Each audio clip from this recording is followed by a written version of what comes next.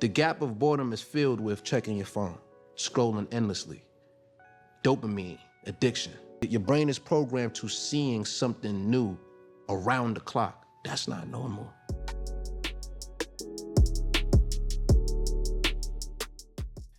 On this week's episode of the Broken Traditions podcast, I want to talk about the benefits of being bored. Now, I want to do that without being boring. So if I pull that off, let me know in the comments, or if I didn't do it, let me know in the comments, and let me know in the, leave a comment or leave a review. Let me know how you feel about it. How have you come across this podcast?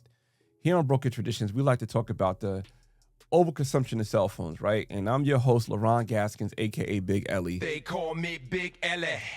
Now, I have a book, the digital release. It's a 7-day workbook to help you escape being held by your cell phone, by your social media, and all the different things, right?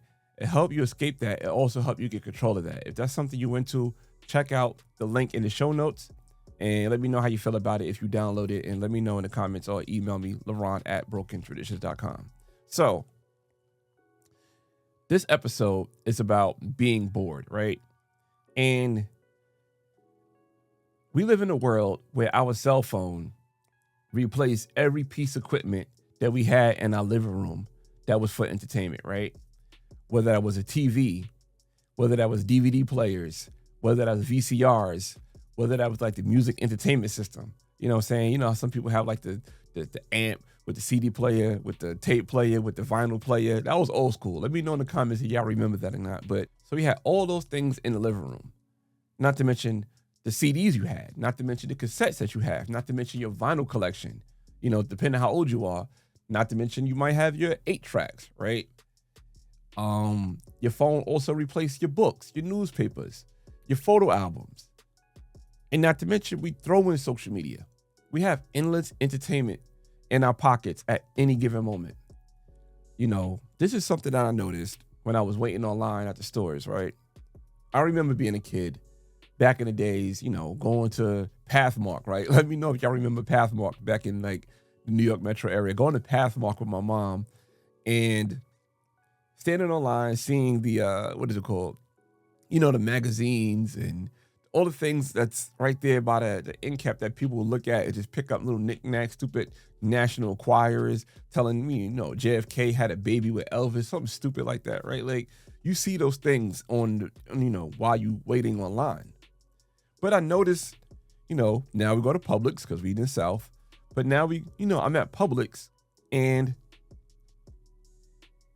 you don't see nobody looking at those things anymore. Everybody just on their phone, scrolling their phone for whatever reason till they get to checkout.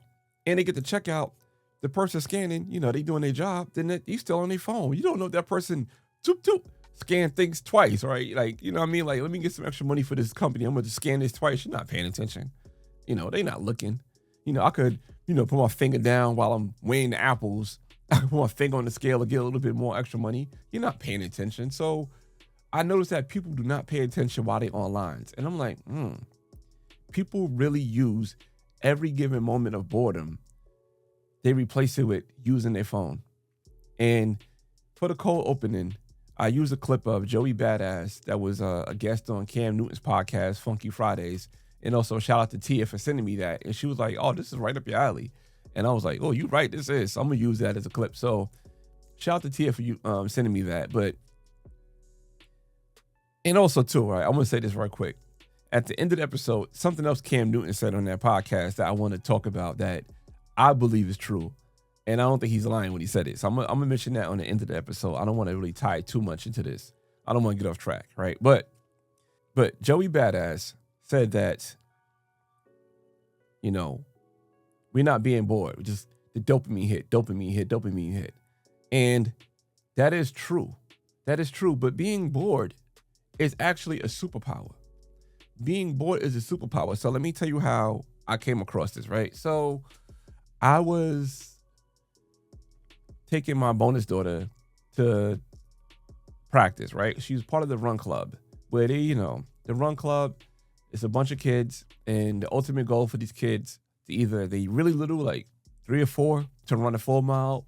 If they're like 5 up to like 12, the goal is to have them run 3 miles, a 5K, right? So Heidi's in that 3-mile range. And I was running a 5K with Heidi. That was part of the Run Club's rate package. And she did not run the whole race. So I was like, all right, Heidi, you know what we're going to do?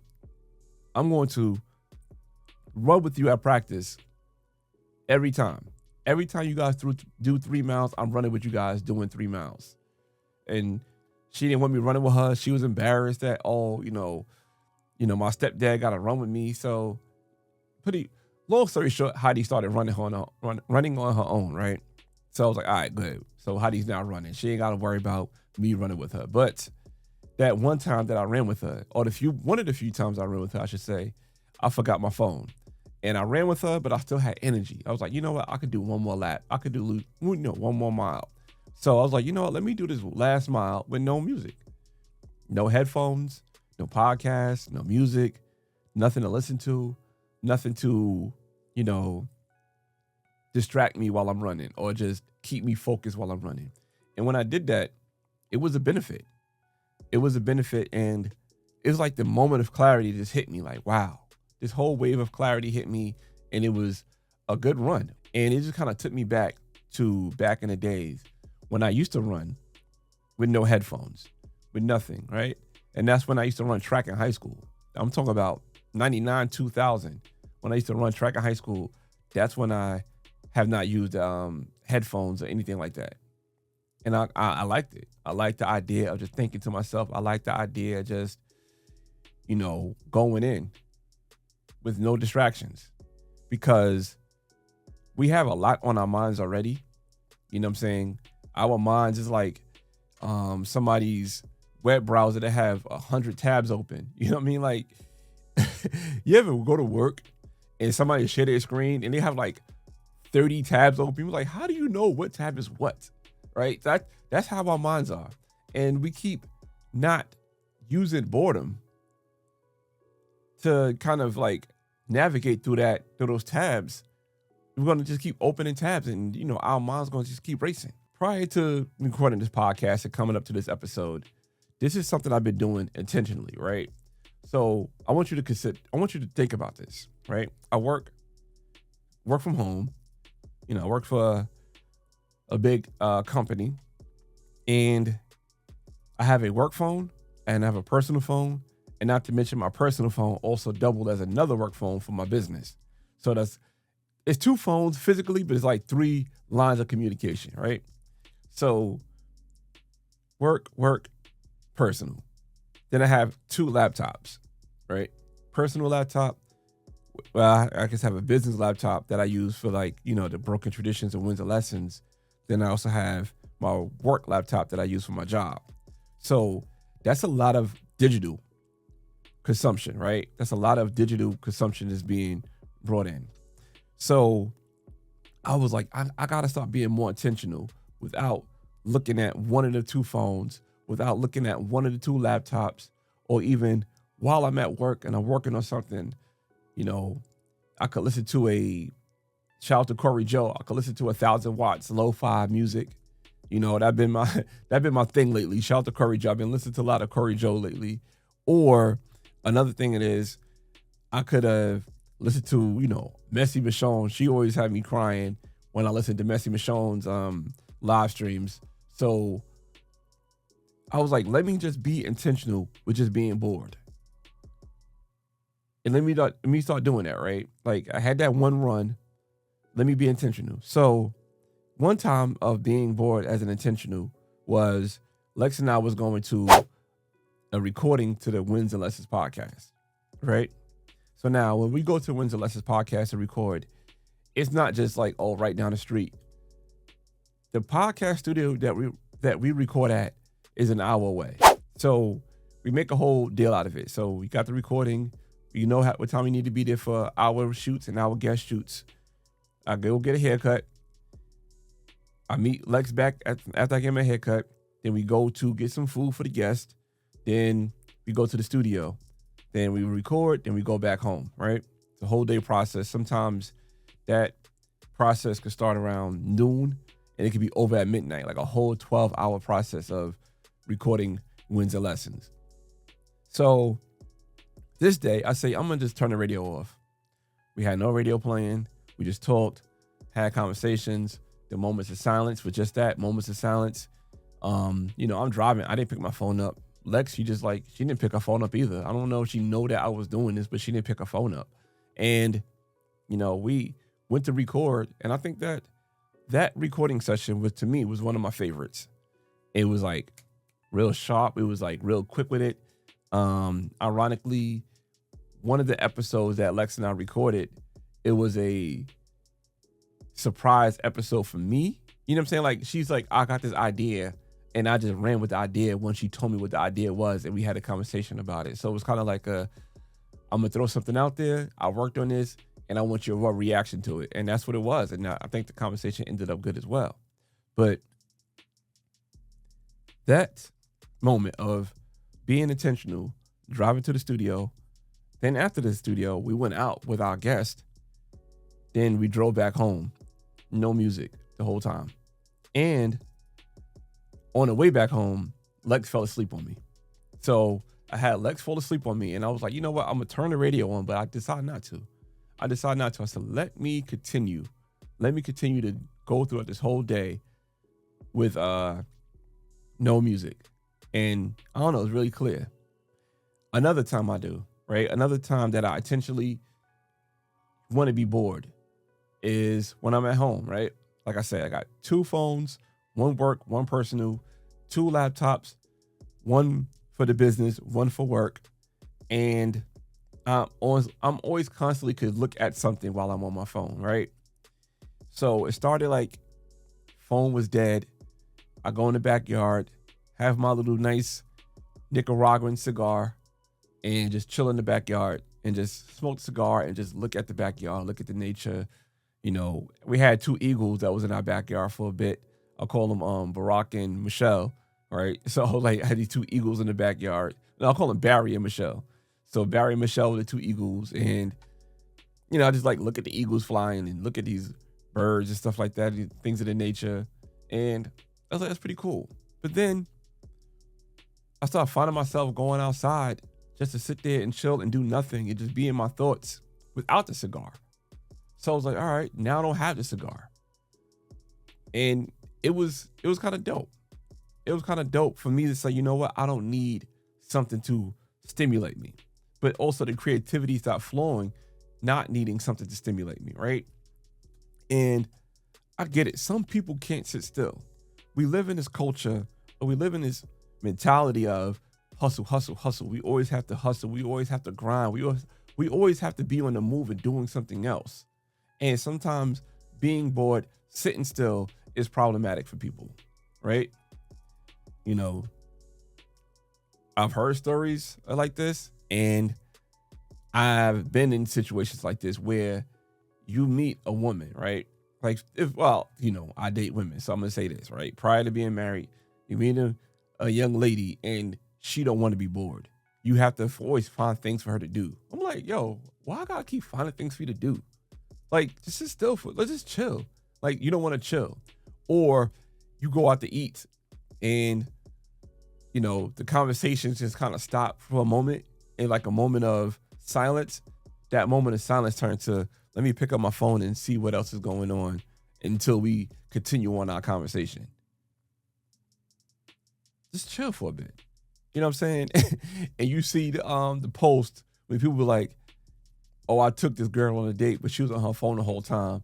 And I just went to the bathroom and paid my part of the check and bounced. And she got stuck with her half of the bill because she just couldn't, stay focused. She had to be on the phone. But I want to tell you guys about this experiment, right? So this experiment with Mr. Timothy D. Wilson. He had an experiment where he asked people to sit down for 15 minutes, right? Just your thoughts, no type of entertainment. Just sit down for 15 minutes. But if you wanted some kind of stimulation, you could press a button and shock yourself. What do you think the results were? 67% of the men shocked themselves.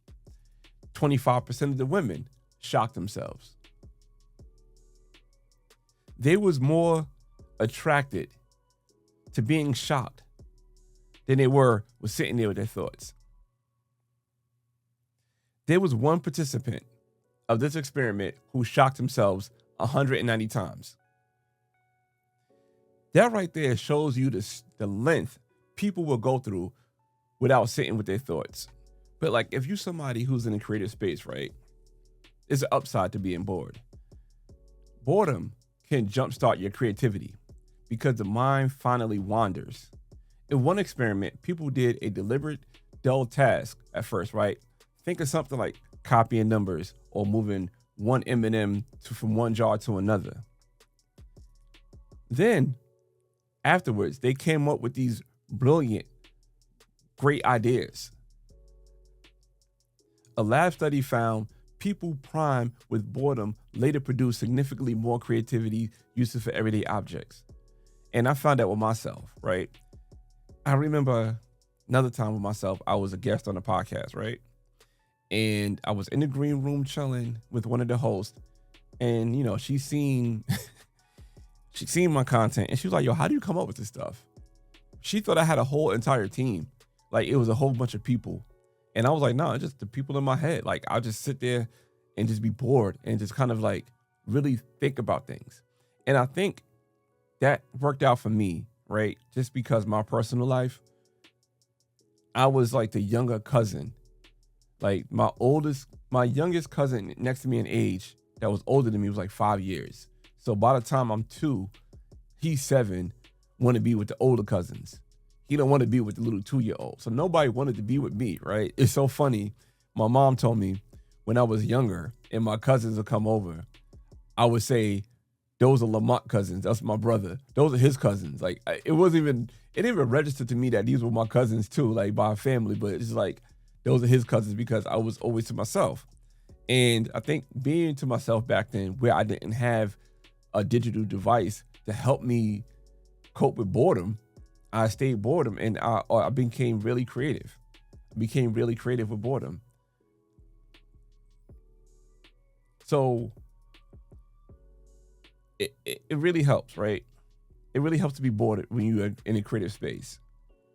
And when I really first started doing broken traditions or just even creating content and just being in a space, one of my tools that I used to get great ideas was being bored, but moving at the same time. So if you like to create, you could create on the move. So like walking, right? It helps you. So a Stanford paper showed that creativity output jump 60% while you're walking. For me, it was cycling. So I'm cycling, I'm going down the road, just me versus the road with my bike. So many ideas pop in my head. And once I'm done cycling, I have to write those ideas down. I loved it. You know what I'm saying? And another thing too, you can use boredom as a compass. Philosopher and psychologist Andreas Epicuro argues boredom isn't just empty, it's a signal. It tells us this isn't meaningful and it nudges us towards something that is. The ache of I'm bored can be a compass to pointing to purpose. Scholars describe boredom as a regulatory state that motivates us to pursue more meaningful goals. So when you're bored, you have this state of what is important? Okay, this is more important than that. Let me work on this. Oh, you know what? I got to work on these things with my finances. When you're bored, you start creating solutions as opposed to distractions. And earlier I talked about the open tabs, right? You got that coworker who shares a screen and he got 30 tabs open, or she got 30 tabs open on their screen. You'd be like, how do you work with all these tabs open? The same thing with your brain. The overstimulation, you let your brain file things, right? So quiet time isn't laziness. It's cognitive housekeeping. Short periods of wakeful rest after learning, no phone, no task. It helps your brain consolidate memories so they can stick, which would be another episode that shout out to my son Jamari Cash out. He gave me the idea of this one about how we're not even creating real memories. We're being told what to remember, but that's a whole nother conversation for another day. So make sure you guys keep in contact with the content. But just 10 minutes of quiet rest after learning boosted recall, not only minutes later, but even a week later. That's big. That's definitely big when it comes to like kids remembering stuff, or just like for myself as a content creator, I could learn something new and just let it soak in. So now when it soaks in, I could now give it to you guys in a familiar form, right? Not like a robot stiff. No, just being more familiar with it. But I want to be fully transparent with you guys too, right? Because I'm giving you a lot of benefits of being bored. But there are some caveats about being bored. When boredom turns dark, there is a line, right? Chronic boredom, the personality tends to feel bored everywhere. It's tied to worse moods and riskier choices. So, say for example, you got a person that just always in their head about something, and something that's in their head is festering and it's bothering them and it's really bad, and they bored and they just constantly thinking about it. That person who is constantly thinking about it, they may act on it in a way that is festering in their head. Let me give you an example. You ever I think I just came across this story when I was scrolling on YouTube for a moment on a woman who pushed a 3-year-old child into a lake. As you mentioned there, the woman that is charged now is an aunt of that little boy, and she's facing a couple of different charges. Her name is Victoria Marino. She is 34 years old and a Des Plaines resident. She is facing 1 count of attempted murder in the first degree and 1 count of aggravated battery of a child under the age of 13. Now, all of this happened on Monday afternoon in the north side of Navy Pier at the 700 block of East Grand Avenue. It was just after 1 o'clock when Marino allegedly pushed the little boy into the water. According to police, she did not attempt in any way to rescue the child. At least 4 Chicago Fire Department divers were the ones to go in there and get him out. Now, they performed CPR en route to Lurie Children's Hospital, where that little guy is on life support. What ideas was festering in her head for her to think, I need to push this 3-year-old child into a lake? What could have that 3-year-old child done to get pushed into the lake? But was it something in her head that forced her to think that that child needs to be in a lake? You know, you hear studies and you hear stories about parents or new parents who, you know, just can't take the fact that their child is constantly crying for whatever reason. And they just they want silence. In that moment of silence, they start thinking like, damn, this is nice. Let me perhaps do something to the child. So whatever I do to the child, I could keep this going on. We hear stories like that. You got to be a balance. When it comes to being bored, it has to be a balance. And if you do find yourself in situations like that where your boredom is finding yourself that you want to do bodily harm to a child or something like that, I would suggest getting help. I would suggest to try to seek out help in whatever state you could, some professional help, you know, because that is a downside and a caveat to being bored. But, you know, this podcast, if you guys have been following us and checking out with us, you know, like we like to leave you guys with solutions, right? So, you want to be bored, you want to try out boredom, I'll say this real quick. Go for a silent drive or do a walk a day, right? I'm not saying do what I did, you know, a 12-hour day with nothing, right? Well, not nothing. We had conversations. It wasn't just, you know, me sitting there by myself, but we did have conversations and things of that nature. But go for a walk. Go for a walk with no headphones. Leave your phone at the house. Just walk around and just observe everything, right? I did this the other day. Shout out to the channel members. I mentioned this to the channel members. I did a 4-mile hike, a 4-mile trail run, I should say, right? It was a trail run, a 4-mile trail run with no headphones. I just started. In fact, I'm saying this, the first 4 steps, I would say the first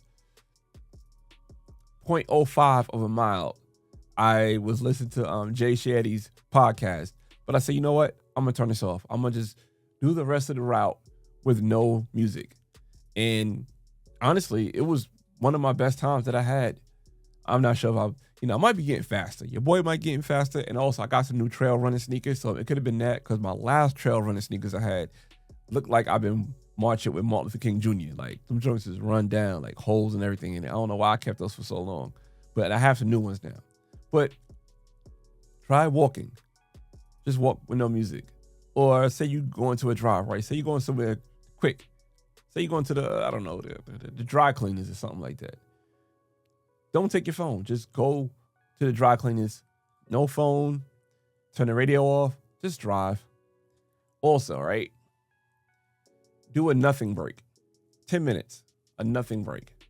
After learning deep work, just sit quietly. Your eyes open with no scrolling. This works because wakeful rest improves memory consolidation. Like I said, even after a week, you have this stuff really in your mind. This is how our mind has been working since the beginning of time. Another thing you do, even on your calendar, right? We all have these digital calendars and pop-up notifications, what have you. Pick a consistent spot where being bored is the point. And after you're bored, after that, 10 minutes, 15 minutes, 20 minutes, get out a pen and paper. Just jot down what comes to your mind. Just write it down. Unstructured family blocks. Do this for half an hour to 60 minutes. No itinerary. Just walk the block. Pull out papers and pens. Do some arts and crafts. That's what Heidi and Lex love doing. Do some arts and crafts and see where curiosity leads. And let me tell you why this works. Less structured time builds self-direct control. The do the right thing muscle is flexing. The do the right thing muscle is being worked. Before we end off with this boredom conversation, I did use a clip from Cam Newton's podcast, Funky Friday, and I want to use another clip from that podcast to explain that he wasn't lying, right? So check this out with Cam Newton. I am an introvert by natural instinct. Like, I don't have a problem with being by myself. Oftentimes when people see me, they're more shocked, like, yo, who you with? Yeah. And it's a side quest bug, it's nothing for me to just walk and roam and be like, yo, like, it's a bakery right here. Dang, let me try one of them donuts. Like, yo, I'm a fiend for coffee. Like, boom, I'm trying to coffee. I love smoking cigars. I love trying to really explore. All right. So he says that he liked to go to things by himself in Dolo. The one time I saw Cam Newton out and about, I didn't think it was him because it was just somebody sitting by themselves. So this is back when I lived in the South Side, right? I'm driving to El Jefe. That's one of my favorite cigar lounges that's on the South Side. So I'm driving to El Jefe and I'm coming up on Main and Harvard, right? Because I used to live on Harvard Avenue. So I'm coming up on Main and Harvard to make the right to go down to El Jefe. And there was a bench that's right across the street. And I'm looking, I'm like, who is this fake Cam Newton looking dude? Like, first of all, Cam Newton is super eclectic. So he got all these, accessories on and different patterns and colors. And then, he has his hat with his locks hanging out. Like, I'm like, who is this dude that trying to look like Cam Newton sitting on a bench? Like, get your own style. But also, Cam Newton is like a large person, right? Like, Cam Newton, like what, 6'5"? So he's not like some regular sized person. So Cam Newton is a big person. And he also had the eclectic look. But I did not think that was Cam Newton sitting on the bench chilling. Like, there was nobody bothering him. He was just sitting there chilling, just chilling. And I go to the cigar lounge that I usually go to, El Jefe. And one of the owners was like, yo, you would never guess who just came here. I said, who? He said, Cam Newton. I was like, what? So he was right down the street chilling on the bench, but he just left the cigar lounge that I went to, that I always go to. And they said, he came there, chill, whatever, say what up to people, and kept it pushing. It was dope to see that. And he mentioned that in the podcast, and he was right. Like, that's just how he moved, I guess, because he was definitely just sitting on a bench outside on the corner and just chilling. But that's dope. I'm glad that, even though he have a high sense of popularity, he's not in the space of I can't do things by myself. And that's kind of dope. I'm glad he has that for himself. But boredom, we have our screens, we have our phones, we have these things in our hands that we could, like I said, basically replace everything that's in the living room. Whether that's, like I said, TV, music, books, newspapers, and like I said, you throw in social media, it's a lot. Now, on screens, our attention now flips about every 45 seconds. Intentional boredom is one way to reclaim it.